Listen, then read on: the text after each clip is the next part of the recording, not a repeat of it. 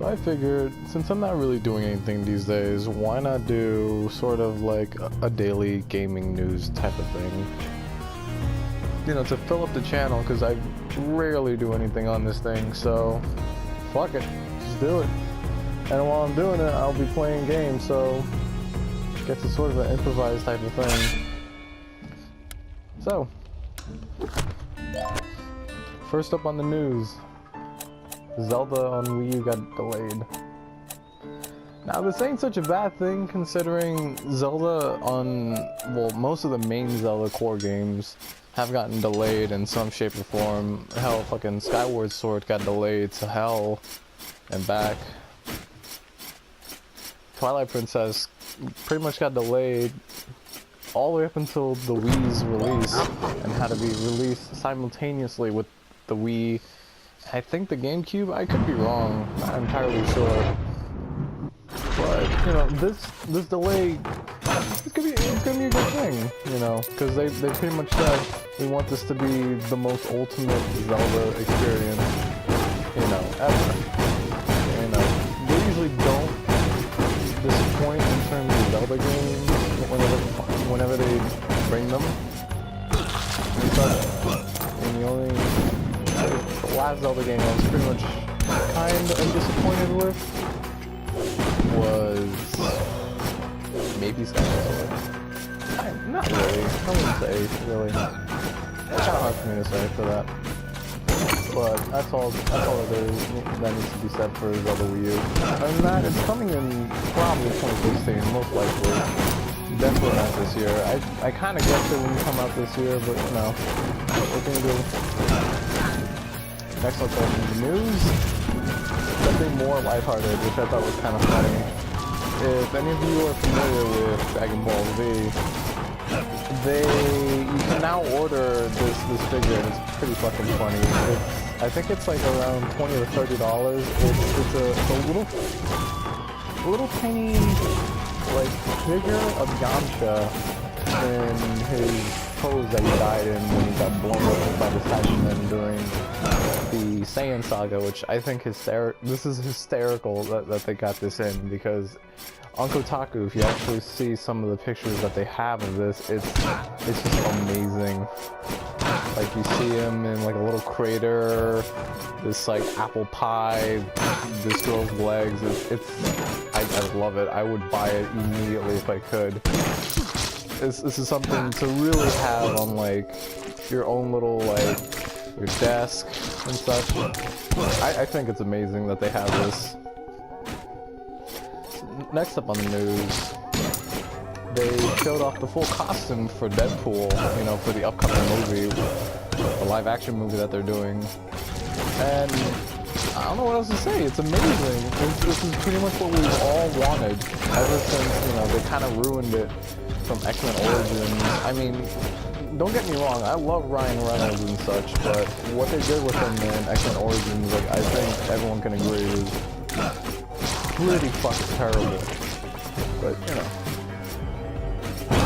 But from the picture, if any of you have seen it, I'll probably link it down below if I ever get the chance, but I'm not too lazy. It shows Deadpool in like a very sexy pose in front of like a fireplace, which I think is great. And you pretty much see the full body costume, which is amazing. And yeah, that's pretty much it. Some of us actually got a hint of how the costume would have looked from when Ryan Reynolds, the actor himself, playing Deadpool, showed off the mask about, I think, a couple of months ago. In fact, I can't remember, but from seeing the mask like a couple of months ago, I was already pretty like hyped up. I was like, wow, this is actually happening. They're actually going to do something well with. They're actually going to do something well with this and such. Other than that, I'm pretty cool with that. Next up, I thought was kind of cool. I think I'd say about 2 years ago and such, there was a fan project going on to try and remake Super Mario 64 in HD, you know, and they had some of the, well, he created sort of this test thing where he had like, I think the model of like Super Mario of Mario himself, but the brawl variation of him, and like running around and such with the same physics as Super Mario 64, and it was very interesting, you know, seeing this type of thing happen. And you know, years later, we now have, you know, what he's been working on this past, I want to say 2 years. I'm pretty terrible with when things came out, sort of, but it looks pretty cool. He only released, like, from what he's done so far, which is the Super Mario 64 level of, the very first level you play in the game, essentially, which is the Bomb Battlefield? The Bomb Battlefield. I can't believe I'm getting this wrong, and I love this game to death. It's pretty interesting. I haven't played it myself because my computer's utter shit, but I would definitely recommend anyone playing it who either has not played Super Mario 64 or wants to like relive some of those memories themselves. Definitely something to look forward to. And last up is something it's kind of mixed, I want to say, but I'm essentially looking forward to it. It's the Dead Rising movie that was created by Crackle, the streaming company, which is odd to say that we're getting a live-action video game movie coming from a streaming service, Crackle of all things. If it was Netflix, you know, it'd be like, oh, okay, they've done interesting things in the past, you know. I'm not really familiar with Crackle's track record with their own independent movies and like, TV shows, if they've done any. I really don't know, compared to like Hulu's or Netflix or even Amazon Instant Video. But essentially the trailer that they've shown for Dead Rising Watchtower, it was pretty funny. There was this one part in particular which I thought was hysterical, where they have Frank West, who's played by, I can't even remember his name right now. I probably will remember, but if any of you remember 21 Jump Street, he was the gym coach in that movie. Oh my god, he was the gym coach in that movie. And he's playing Frank West. From what I see, Frank West doesn't really have such a big role in this movie compared to like when, you know, how much of a central character Frank West was in the first Dead Rising. And the second Dead Rising, if you count Off the Record as canon, I know a lot of people don't, because, you know, you have Dead Rising 2 and then Dead Rising 2 Off the Record, which was basically like an alternate like type of situation of what would happen if Frank was in the situation that Chuck was. But either way, getting back to the point, they have the actor who's playing Frank West. Essentially, they ask him a question, such as, I think it went along the lines of, Frank, do you have any words to say for anyone out there who's going out to the zombie apocalypse? And his words was pretty great. He says, "You're basically fucked." And from that point on, I'd say I was pretty much kind of hyped for the movie and its tone. It pretty much has sort of the same tone from what I saw and gathered from the trailer of the movie. It has that very goofy, lighthearted comedy, kind of dark. You know, it's a lot of different stuff. And they have some other stuff that is kind of represented in the movie. Like, I think the main character of the movie, you see, has, he's made his own weapon and such. I believe it's the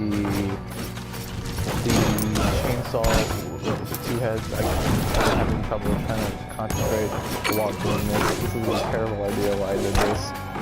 But yeah, I'm pretty hyped up for the movie. I know some friends who are hyped up for the movie, some friends that are just confused that this is actually a thing.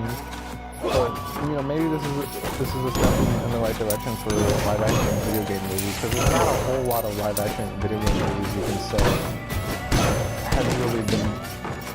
has done a lot of justice to its video game counterparts.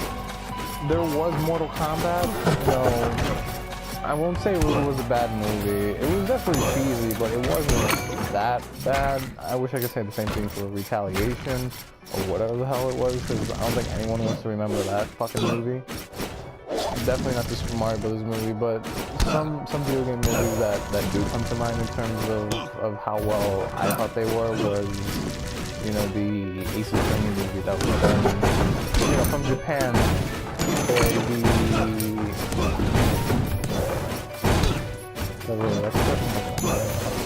By the director of Audition and such movies like that.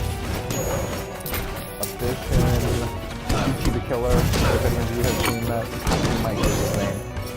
He did a really good job with the Ace Attorney movie, and you know, he gave me some hope of how well video game movies can be done with Ace Attorney. Of all the games that you can choose, he did pretty goddamn good with that.